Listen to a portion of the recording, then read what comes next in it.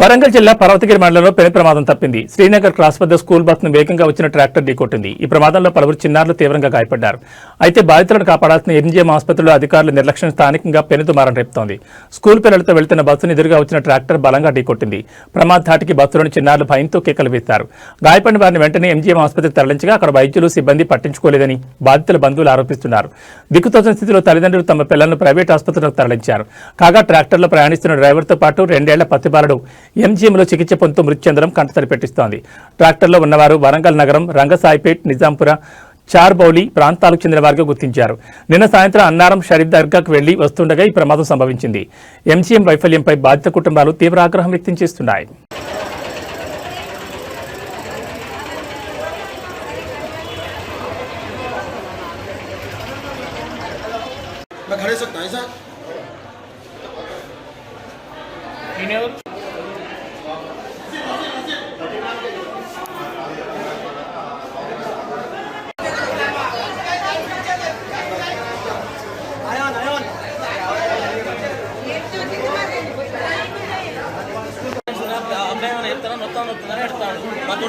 బయటికి తీసుకెళ్తా కదా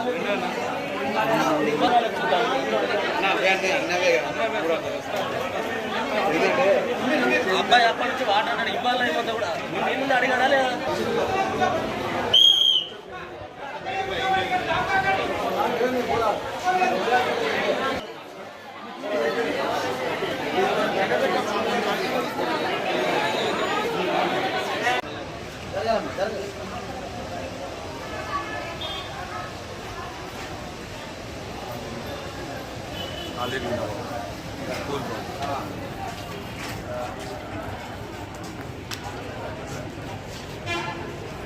పిల్లగాని అదృష్టం మంచిగా ఉన్నది.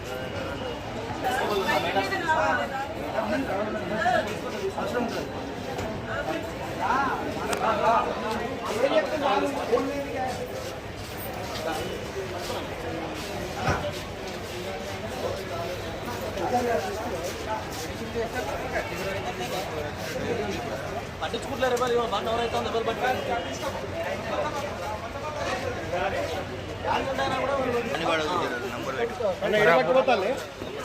భయ్యా ఏడికి తీసుకెళ్తాను మీరు ఎక్కడ తీసుకెళ్తానమ్మా అమ్మా మీరు ఎక్కడ తీసుకెళ్తాను రైడ్ తీసుకోవద్దా ఎందుకు